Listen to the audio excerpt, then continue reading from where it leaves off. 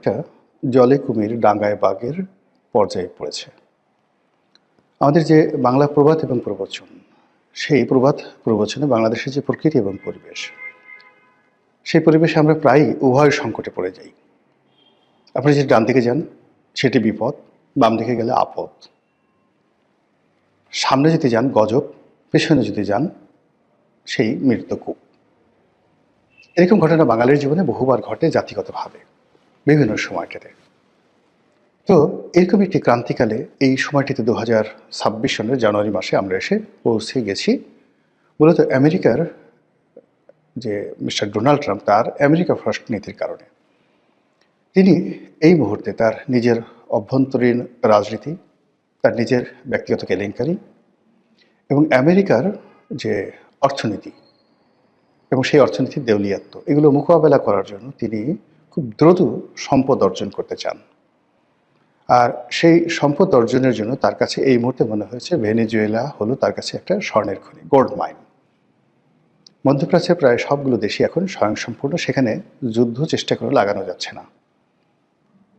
সিরিয়াতে যে সরকার প্রতিষ্ঠিত হয়েছে বাশার আল আসাদকে হটিয়ে, সেখানে মার্কিন সমর্থন ছিল, কিন্তু এখন আবার সেই সরকারকে আনস্টেবল করার জন্য বাশার আল আসাদের সরকারের যে জেনারেল যারা আছেন প্রায় 40,000 সৈন্য, তারা আবার যুদ্ধ শুরু করেছে এবং সেখানে মার্কিন যুক্তরাষ্ট্রের কোনো লাভ হবে না, বরং ক্ষতি হয়ে যাবে। ইয়ামেনে যে যুদ্ধটি, প্রক্সি যুদ্ধটি তারা শুরু করেছিল, সেই যুদ্ধ থেকে তারা সরে এসেছে, কিন্তু এখন সেই যুদ্ধ মধ্যপ্রাচ্যের যে বর্তমান রাজনীতি, সেই রাজনীতির কারণে আবার নতুন করে ইয়ামেনে সেই যুদ্ধটা শুরু হয়েছে। মার্কিন যুক্তরাষ্ট্র যে গ্রুপটিকে সমর্থন দিতেন, সেই গ্রুপটিকে এখন সংযুক্ত আরব আমিরাত লুফে নিয়েছে।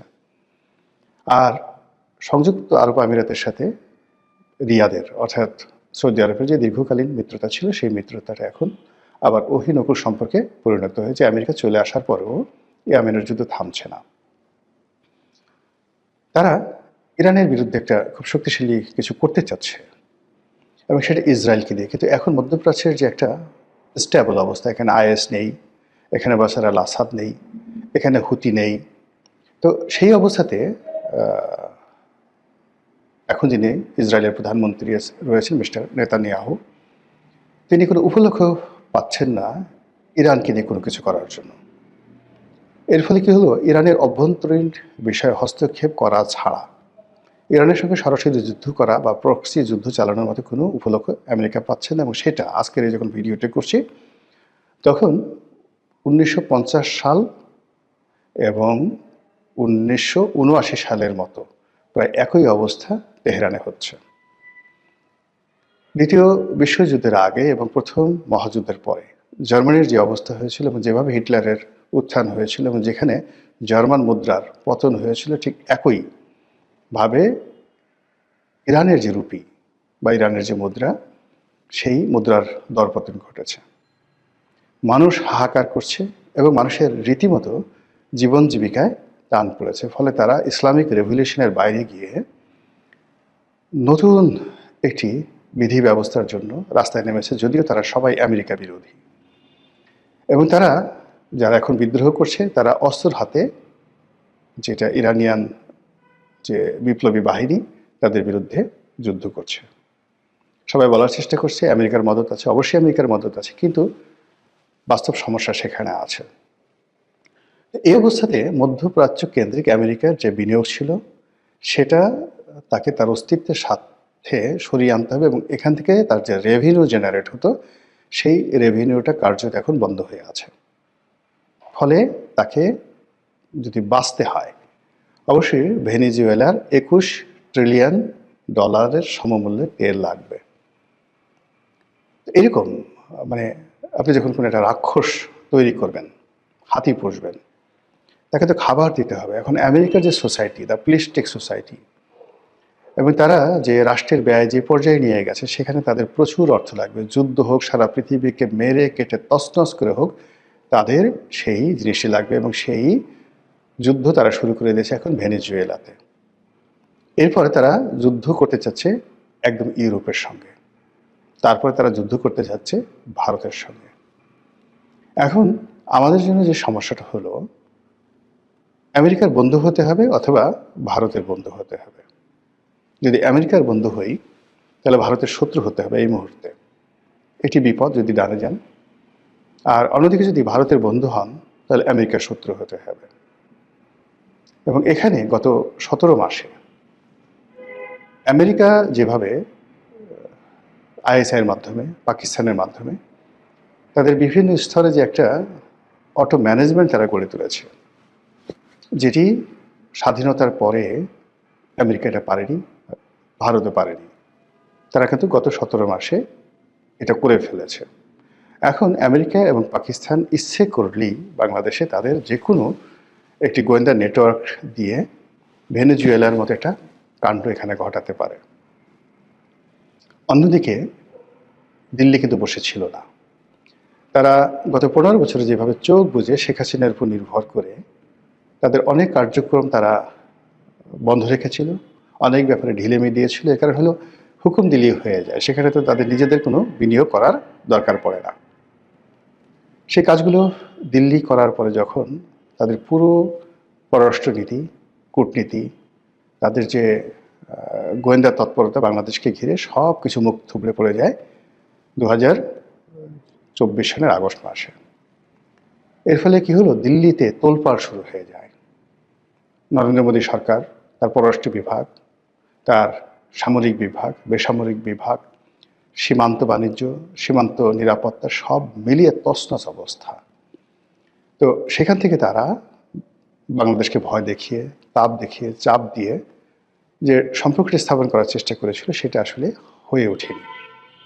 আবার ডক্টর মোহাম্মদ ইউনূস সরকার প্রথম দিকে ভারত বিরোধিতা করেছে, পরবর্তীতে যখন ভারতের বন্ধু হতে চেয়েছে তখন আবার ভারত ঘাড় বাঁকা করেছে। আর এখন এমন একটা অবস্থা হয়ে গেছে অ্যাট দিস মোমেন্ট 2026 সালের জানুয়ারি মাসে আমেরিকা এবং ভারত তাদের সর্বোচ্চ আকর্ষণ দিয়ে, এটাকে আপনি গ্র্যাভিটি বলতে পারেন বা মহাকর্ষণ শক্তি বলতে পারেন, এটা দিয়ে এখন বাংলাদেশকে টানবে তাদের পক্ষে। এবং সেই পক্ষে টানার জন্য যত রকম অনার সৃষ্টি তাদের করা দরকার, যেটি উভয় দেশই এই ব্যাপারে কিন্তু যথেষ্ট পটু। ভারত তাদের প্রতিবেশীর উপরে নানা সময় প্রভাব বিস্তার করতে গিয়ে সে সকল দেশে যুদ্ধ লাগিয়ে দিয়েছে। যেমন ধরুন নেপালে, শ্রীলঙ্কাতে। এবং শ্রীলঙ্কাতে তারা সৈন্য পাঠানোর ফলে সেখানে যে তামিলনাড়ুতে বা তাদের যে ভারতের তামিলনাড়ুতে এবং শ্রীলঙ্কার যারা তামিল জনগোষ্ঠী, সেখানে যে বিক্ষোভ এবং বিদ্রোহ শুরু হয়েছিল, তার কারণে রাজীব গান্ধীকে প্রাণ দিতে হয়েছিল এবং শ্রীলঙ্কার একজন প্রেসিডেন্টকেও কিন্তু মরতে হয়েছিল। তো কাজেই ভারত ঝুঁকি নিতে জানে।